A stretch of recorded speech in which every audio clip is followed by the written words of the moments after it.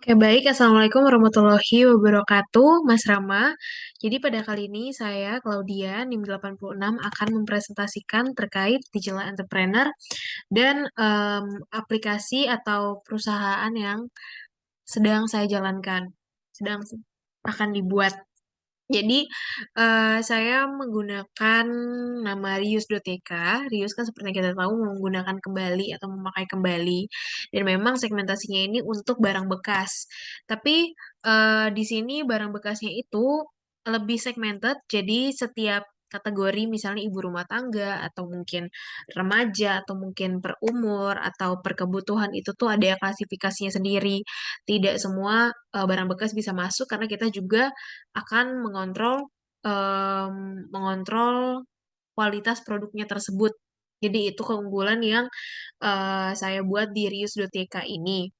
Karena kenapa? Karena kebanyakan barang bekas yang ada di Yogyakarta ataupun mungkin di Indonesia, itu kebanyakan hanya memasukkan memang barang-barang yang ya sudah diberikan dari orang lain lalu dijual kembali gitu tanpa adanya quality control dan tanpa adanya jaminan layak pakainya produk tersebut gitu. Jadi dari CK ini meskipun barang bekas tapi kualitasnya tetap totalitas.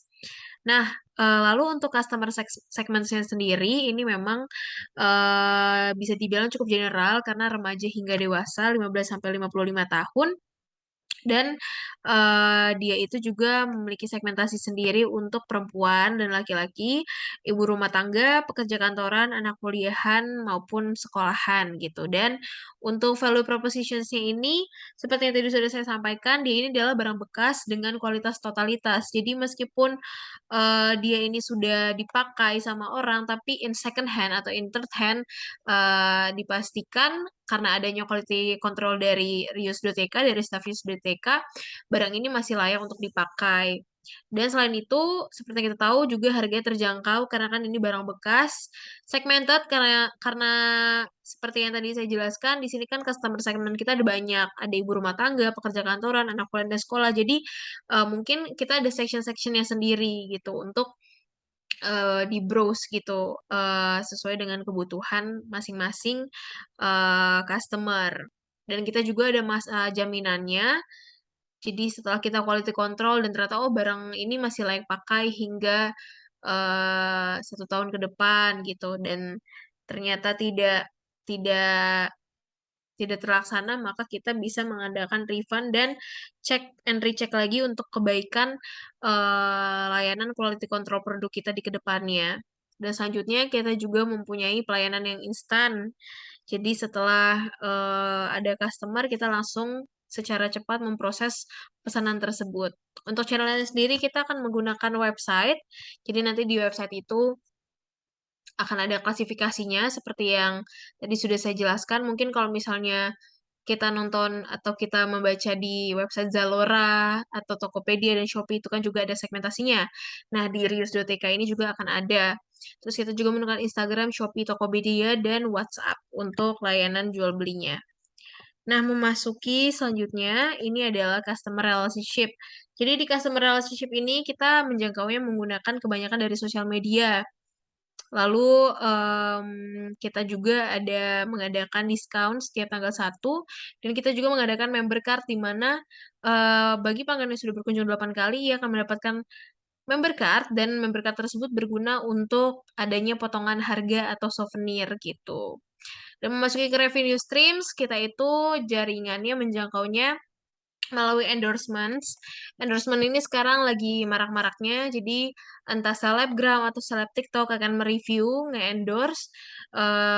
Lalu juga selain itu kita hmm, mengambil target audiens itu dari penjual produk kita yang segmented gitu. Jadi lebih mudah untuk dijangkau dan barang-barangnya jelas gitu arahnya untuk siapa gitu.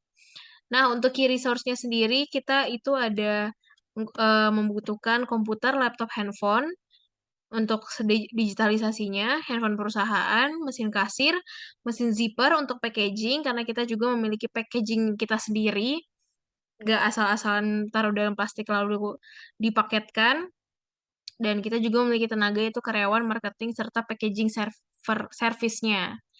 Nah, memasuki ke key activities, jadi kita akan menentukan target pasar, menentukan modal yang akan dikeluarkan, menentukan sistem dan bahan packaging, serta menentukan lokasi. Untuk saat ini lokasinya masih daring, masih melalui sosial media dan lainnya.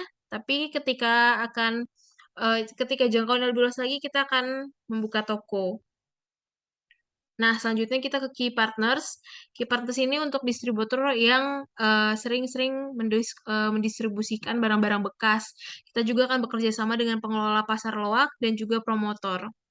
Untuk cost structure-nya sendiri, kita mempunyai biaya produksi, yaitu wadahnya, tempatnya, karena kan kita harus punya kantor, biaya packaging, dan alat tulis keterampilan itu yang seperti tadi lah, mesin fotokopi atau mesin print, segala macam.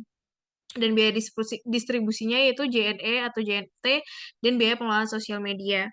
Nah, untuk media sosialnya sendiri, ya, kita memiliki tiga sosial media yang mungkin akan sangat aktif, yaitu Instagram, TikTok, dan Twitter untuk menggait audiens. Karena memang meskipun kita target audiensnya itu 15-55, tapi saat ini lokasi didominasi oleh Gen Z. Jadi kita menggunakan sosial media yang relatable juga dengan Gen Z.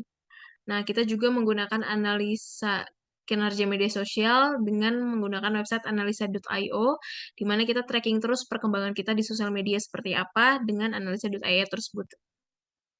Dan untuk strategi digital marketingnya, kita akan ada pembuatan caption yang menarik, yang menggayat audiens. Kita juga akan punya reels yang interaktif buat followers. Kita juga punya tagline barang bekas kualitas totalitas untuk menjadi branding serta jaminan. Itu tadi untuk Reuse.tk. Jadi di Reuse.tk ini sebenarnya yang membedakan dia dari platform-platform barang bekas lainnya itu adalah dia melakukan quality control terlebih dahulu. Jadi bila memang barangnya tidak lulus atau tidak layak pakai, tidak akan diterima oleh Reuse.tk, dan Reuse.tk juga memiliki masa jaminan untuk pelanggan-pelanggannya. Jadi Reuse.tk ini tidak hanya sekedar mengambil dan mengoper barang bekas seenaknya, tapi kita juga mengelola apakah barang bekas ini masih bisa diterima oleh customer.